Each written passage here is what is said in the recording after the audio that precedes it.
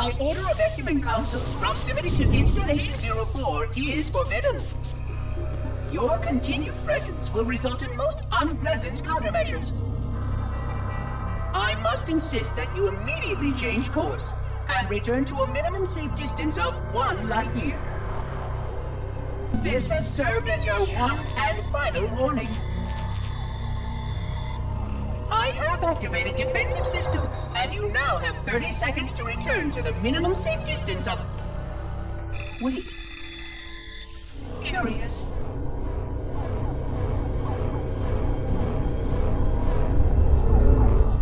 Curious indeed, after all these years. Greetings, humans, and welcome to Installation 04. Ignore prior warnings, and please continue. I have disabled defensive systems to allow your approach, but you must not exit your ship once you have arrived at the designated landing center. This reef contains significant dangers, and even with your assumed legacy, I must verify the presence and pitch of your gauge before allowing full access. We have much to discuss, humans. I have been away far too long. You have been away far too long.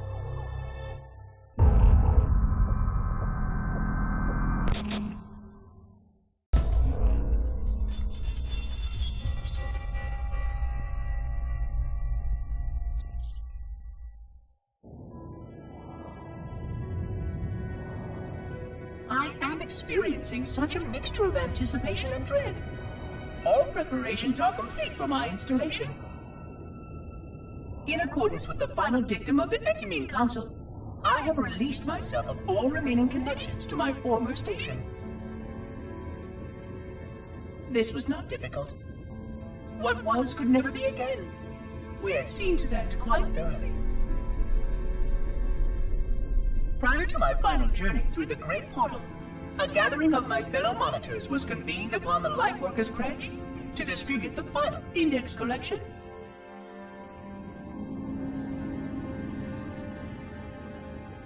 It was most unusual to have this vessel of rebirth play host to such an event. Even though Lightworker ships were the only ones still allowed slip-space formations. Lightworkers were responsible for getting us to our places on the active facilities of the array. While all of this was in accordance with the plan, one entirely unsatisfactory breakdown remained. We had no contact with the domain.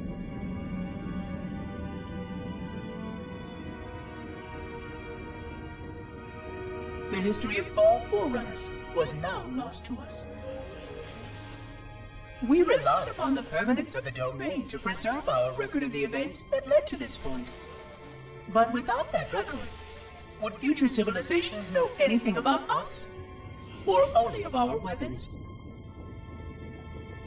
My fellow monitor, 049 Abject Testament, had only one comment on this before we went our separate ways. We deserve to be forgotten. Perhaps. Perhaps. But now, the portal opens, and through it, the familiar shape awaits. Halo. Home.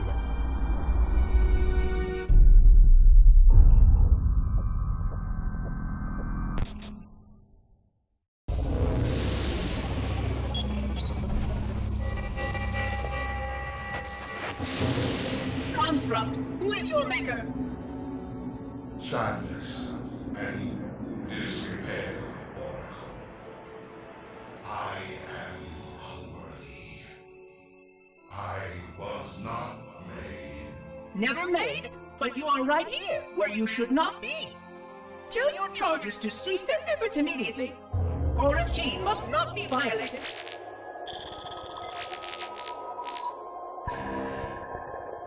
Construct, respond! Jumbled grass. Familiar terms. I serve. None serve me, Oracle. Your charges must cease all aggression towards the Reclaimers and leave this installation at once. Construct, you are dangerously close to unleashing a force you cannot comprehend.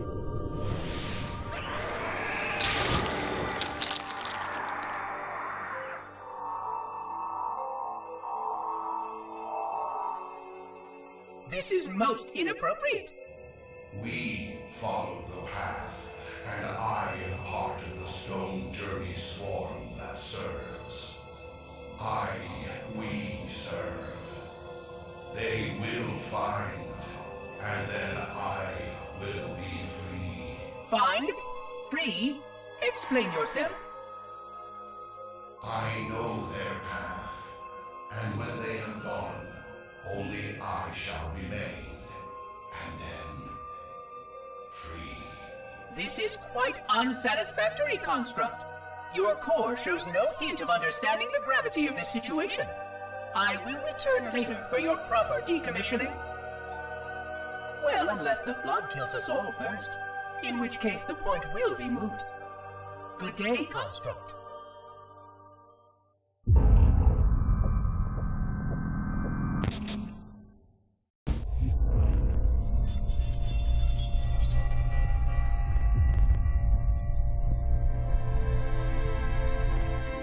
Entropy. It has now been 3,000 years since my last contact with any of the other caretakers of the Halo array. Despite clear communications protocol, my fellow monitors have either chosen to ignore, or, more likely, have lost the ability to engage in our scheduled updates. The continued lapse of the domain means that we are stuck with achingly slow wormhole superluminal communications. Prior to this total communication shutdown, the only messages I received in the preceding 4,573 years were incomplete and quite perplexing transmissions from Installation 05.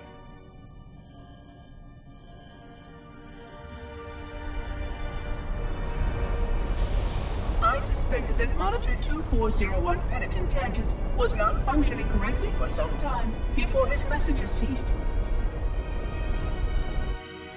I have logged my concerns about his ability to perform his duties. At this point, however, I'm not sure who I file logs for. 2401 may be destined for madness. There are fail-safes for this, I know. I hope they work. I will continue to visit the projection systems at the assigned dates. Perhaps the other monitors are dealing with interfering galactic phenomena, or unexpected system failures. 3,000 years of system failures. Indeed. In the meantime, I have exhausted all scheduled research activities assigned by the Council. Once those experiments were complete, I shut down all Sentinel function and put myself into a state of significant hibernation to measure performance of the installation with negligible upkeep.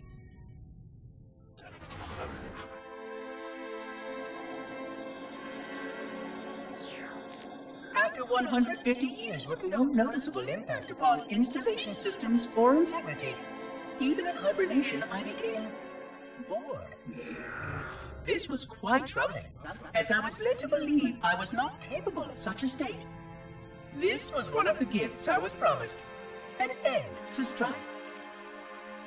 I am aware of the dangers of a system such as myself losing operational focus. Quite troubling. I wonder if my fellow monitors are experiencing similar states, or if this is because of my particular path to this installation. For amusement, I have begun a series of experiments involving the evacuation of all matter from contained sections of my installation.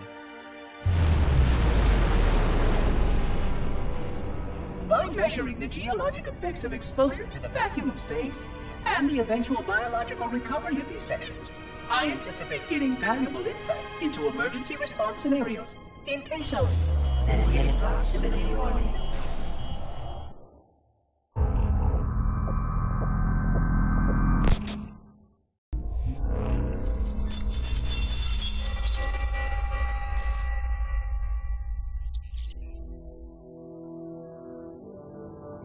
Alone.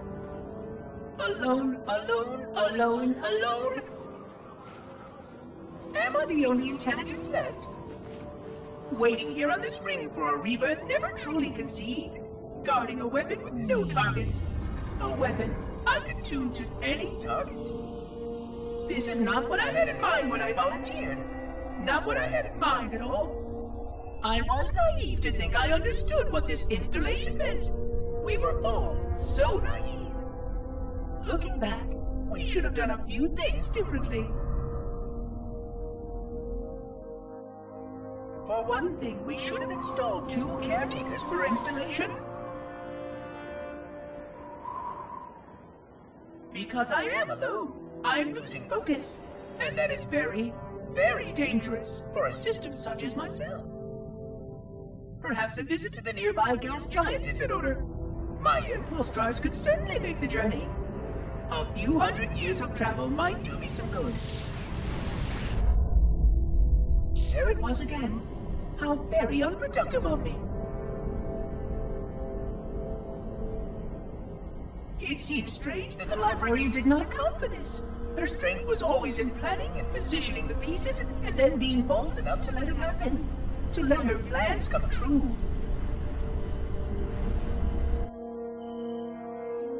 I was a part of many of those plans, long before I knew for certain that she was real, before any of us were. But at the end, we had only a fragment of her brilliance left to us, and I fear that she did not fully appreciate the nature of my situation here, the problems it might pose.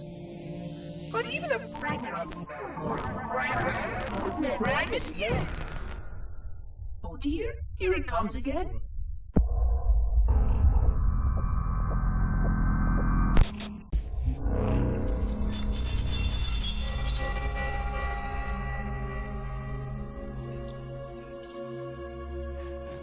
Construction of a sarcophagus around the unexplained vessel was completed today.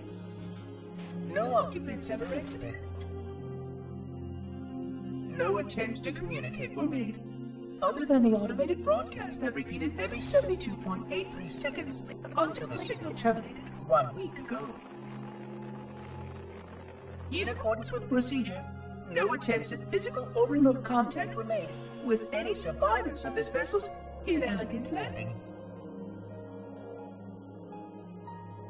Atmosphere from inside the craft stopped venting 2 weeks before the signal ceased. No relationship between these 2 events can be established with certainty. Gases that did escape were sterilized. No further sign of alien visitors or rescuers has been identified on any sensor systems. I have now endured 60,000 years without word from outside the array. I have no way to know whether we actually saved the galaxy we destroyed. And because of protocol, I sat silently while my first chance to be judged for those acts died. To say that I regret being forced to this outcome is a tremendous understatement.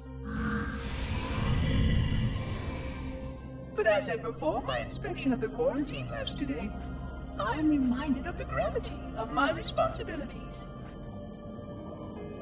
Just one of these spores, if released from this facility, would render the ultimate judgment against our self-appointed role as protectors of this galaxy. When the plan to maintain the Halo array was created, it was a point of some contention whether we should preserve any remnant of the flood infection. Many thought this unwise, as there was a notable chance that one day one of our containment facilities might be breached. Those who held this belief were almost successful at convincing the Ecumen Council to destroy the last blood samples. But oddly enough, it was the librarian who decided otherwise. And I believe she was correct. I know in a way I cannot logically explain that there exists a way to actually defeat the flood. To immunize? To cure? I still struggle with multiple layers of memory of fighting the flood. But I know this cure is possible, even though the full genius of the Forerunners was unable to achieve it. The Forerunners' ancient enemy held and used that knowledge once, but it was denied to us. And without samples for further study, that cure will never again be found. Of course, I have no reason to believe that here lies the entirety of the parasite. It may be waiting in the frozen void beyond this galaxy, or worse, inexorably drifting toward us. I don't know what survives out beyond my installation, but I know that in order for anything to survive, I have to protect this installation and its quarantine very carefully. Yes, the librarian was right to store it, examine it, continue to seek a cure. Still, next visitor, things will be different.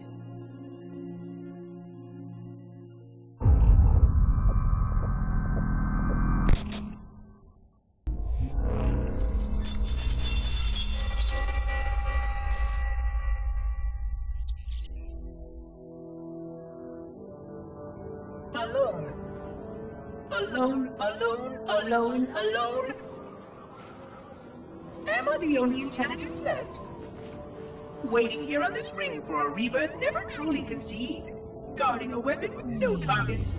A weapon unattuned to any target. This is not what I had in mind when I volunteered. Not what I had in mind at all. I was naive to think I understood what this installation meant. We were all so naive. Looking back, we should have done a few things differently. For one thing, we should have installed 2 caretakers per installation.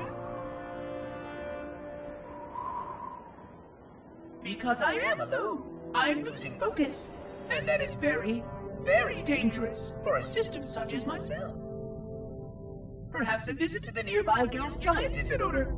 My impulse drives could certainly make the journey. A few hundred years of travel might do me some good. There it was again. How very unproductive of me. It seems strange that the librarian did not account for this. Her strength was always in planning and positioning the pieces and then being bold enough to let it happen. To let her plans come true.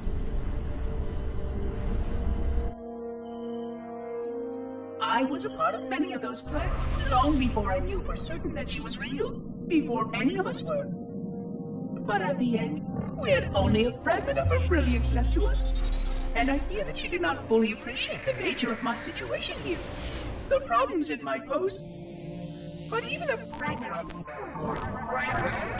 Fragment, yes!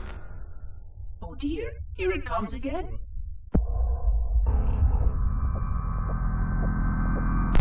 Okay.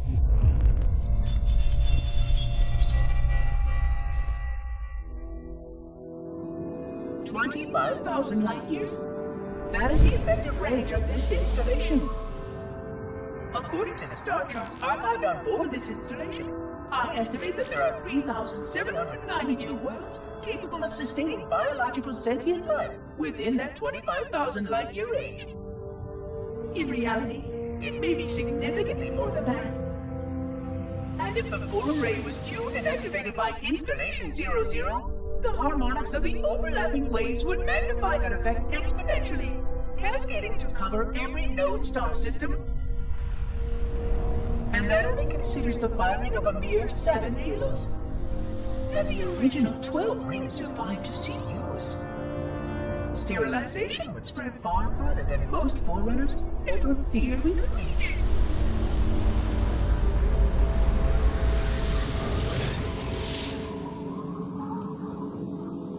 But even with just 7 rings, we were able to destroy every side of the planet, and every other sentient creature along with it. This victory was the will of our people, despite the fact that it meant our own end as well. But by our empiric measurement, it was a victory, and cleared the stage for the rest of the librarian's plan. I sometimes wonder whether the Didact could have succeeded at a much smaller cost. I learned the folly of opposing him personally, and his brilliance was unsurpassed, except perhaps by her own. He never got the chance to fully execute his proposal. The Council saw to that. But if something were to go wrong with one of the halos, if our tools were ever turned against us... Long plans, indeed.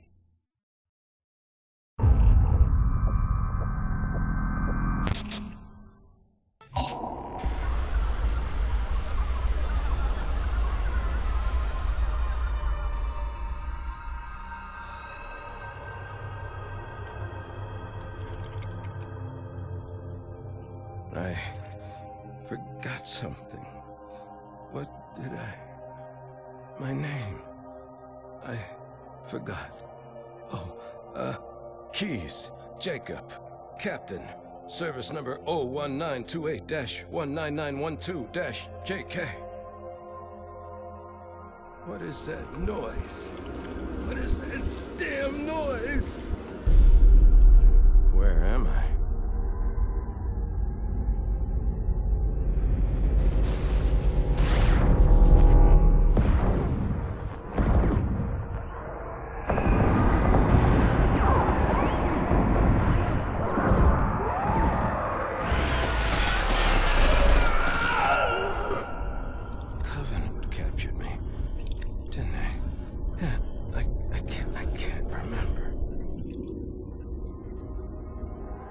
Keys, Jacob.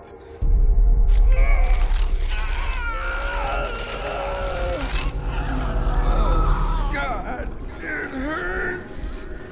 This will never work, you Covenant bastards. I'll never lead you to Earth. Keys, Jacob, Captain.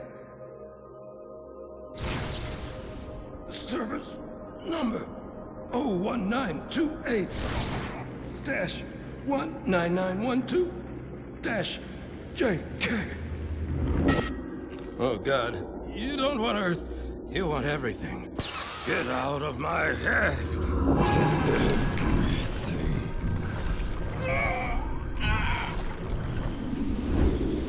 Miranda, is that you? Forget everything. No, please, don't let me forget. Keys, Jacob, Captain, service number 1928-19912-JK. No more what you were. Memories. Emotions. All is now ours. Keys, Jacob, Captain, service number 01928-19912-JK. You will not have me. We already do.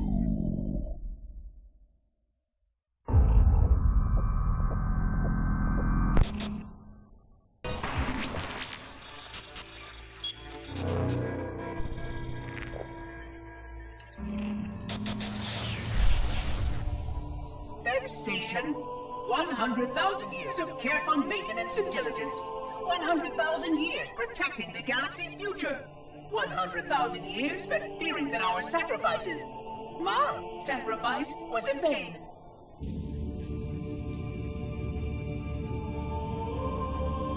And 16 hours after I finally made contact.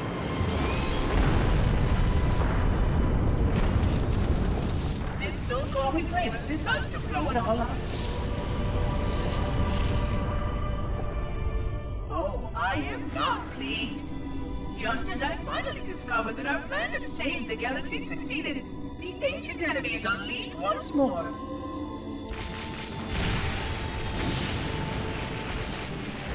Why these reclaimers refuse to follow protocol is quite mystifying. Destroy my installation, will they? I shall renew efforts to make contact with the other rings immediately. This covenant may be useful to me, although I don't think they fully understand what they claim to seek. Still, it makes no difference to me what they believe, as long as they do what must be done. I sound like her. Oh, but what I would not give to have even a single company of Prometheans here right now. Oh, they would most certainly restore order with their trademark lethality. Although, that would mean he would have to be here too. And without the librarian around to temper his rage, well, these reclaimers might almost prefer the blood.